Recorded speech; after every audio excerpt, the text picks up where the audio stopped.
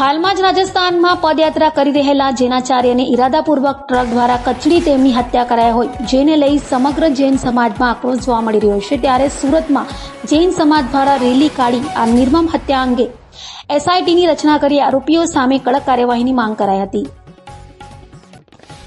પદયાત્રા કરનાર જૈન મુનિઓની અકસ્માતમાં હત્યા કરાતી હોવાના આક્ષેપ વચ્ચે રાજસ્થાનમાં હાલમાં જ પદયાત્રા કરી રહેલા જૈનાચાર્યને ઇરાદાપૂર્વક ટ્રક દ્વારા કચડીને તેમની હત્યા કરાઈ હોય અને આવી અનેક ઘટનાઓ અગાઉ પણ બની ચૂકી હોય, જેને લઈ જૈન સમાજમાં ભારે આક્રોશ જોવા મળ્યો છે।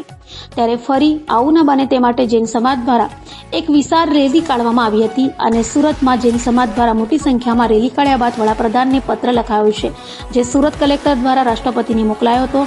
જેમાં લખાયું હતું કે જૈન સંતોની તથાકથિત દુર્ઘટનાના ઓટા હેઠળ થયેલી નિર્મમ હત્યા અંગે વિશેષ તપાસ દળ એટલે કે એસઆઈટી દ્વારા ઊંડાણપૂર્વક તપાસ કરાવવા અને દોષિતો તથા તેમના ષડયંત્રકારો, સ્લીપર સેલ્સ અને કમાન્ડરોને કઠોરમાં કઠોર દંડ અપાવવા તથા રાષ્ટ્રીય એકતા અને સુરક્ષા માટે જોખમ ઊભું કરનારા, ધૃણા તથા દ્વેષ ફેલાવનારા સંગઠનો પર ગેરકાનૂની પ્રવૃત્તિઓ અધિનિયમ 1967માં યુએપીએ હેઠળ કડકમાં કડક કાયદાકીય કાર્યવાહી કરવા રેલી આકારે નીકળી પત્ર લખી માંગ કરી હતી।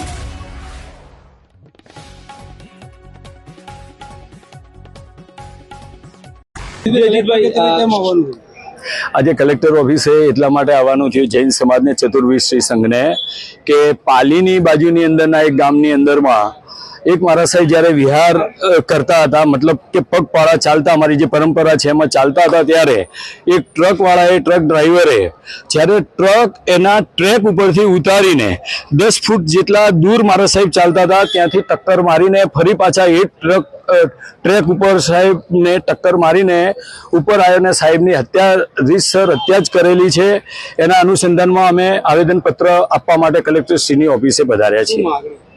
અમારી માગણી એ છે કે ભવિષ્યની અંદર આવા કોઈ પણ બનાવ ન બને, આવી કોઈ ઘટનાઓ ન ઘટે અને કોઈ પણ જગ્યાના ટોલ નાકાથી માંડીને ગમે ત્યાં સ્પીડ ઉપરનો કંટ્રોલ કરીને એ કોઈ નશામાં છે નથી એનું ધ્યાન રાખીને પછી જ આગળ ડ્રાઇવિંગ કરે એવું ખાસ સૂચન છે અમારું। મારું નામ પ્રિતેશભાઈ શાહ। આજે અમે કલેક્ટર કચેરી અત્યારે અહીંયા આવ્યા છીએ। અમારા પરમ પૂજ્ય આચાર્ય ભગવાન કુલચંદ્ર સુરેશ્વરીજી મહારાજ સાહેબ જેમની હોય 94 વર્ષની જે હોય આજે એમને આ રીતે રેલી સ્વરૂપે અહીંયા આવવું પડે એ બી અમારા માટે અત્યંત દુઃખની લાગણી છે। પ્રશાસનને અમે એટલા માટે આ જગાડવાના સ્વરૂપે અહીંયા આવ્યા છે। પ્રશાસન 100% નક્કર સારું કામ કરી રહી છે, પણ કોઈ જગ્યા પર કંઈક ને કંઈક ચૂક થઈ રહી છે। અમારા એક આચાર્ય ભગવાન રાજસ્થાનમાં પાલી ગામ પાસે ટ્રક અકસ્માત, જેને અકસ્માત શબ્દ વાપરતો નથી પણ મારે કહેવું પડે છે કે અકસ્માત હત્યા સ્વરૂપમાં અકસ્માત ગણવામાં આવ્યો છે। 100% હત્યા થઈ છે એમની, ટ્રક દ્વારા એમને કુચડવામાં આવ્યા છે। ક્યાં સુધી આવા રાષ્ટ્ર સંતને અમે ગુમાવતા રહેશું? આ તમામ હિન્દુ પ્રજા આજે આક્રોશમય સાથે કરી રહી છે અને અમારી સાથે તમામ સમુદાય, તમામ સંઘો, તમામ સંપ્રદાયો અમારી સાથે છે કે આવા રાષ્ટ્ર ધરોહર એવા સંતોની જો હત્યા આવી રીતે કરવામાં આવશે તો અમારા જેવા અભૂત પ્રજાને જગાડનારા સંતો જો આ ભૂમિ પરથી જતા રહેશે તો આ પ્રજાને રાષ્ટ્રહિતને આગળ લાવશે કોણ? હત્યા એટલા માટે કહી રહ્યા છે કે એક સાધુ સંતો અમારા જે પગપાળા વિહાર કરતા હોય છે એ રસ્તાની નીચે ઉતરીને ચાલતા હતા।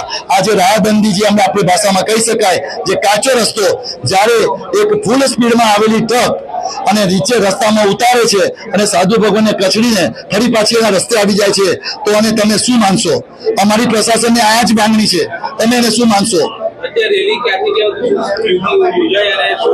આજે રેલી અડાજણ પાટિયા ઋષભ 4 રસ્તા એટલે કે શંખેશ્વર પાર્શ્વનાથ ભગવાનના દેરાસરથી તમામ આચાર્ય ભગવાન, સાધુ ભગવાન, સાધીજી ભગવાન તથા સાવક સાવિકાગણ અને હિન્દુ સંપ્રદાયના ઘણા લોકોની સાથે અમે આ રેલી કલેક્ટર કચેરીએ આવેદન પત્ર આપવાના સ્વરૂપે લાવવામાં આવી છે। અમારી કોઈ બીજી કોઈ માંગણી નથી। જૈન હંમેશા અહિંસા છે, પણ અહિંસામાં પણ એવું નહીં માનતા કે અમારી આ કાયરતા છે। અમે ફક્ત પ્રશાસનને અમારી માંગણી અને અમારી લાગણી બતાવવા માટે આ રેલી સ્વરૂપે આવ્યા છે।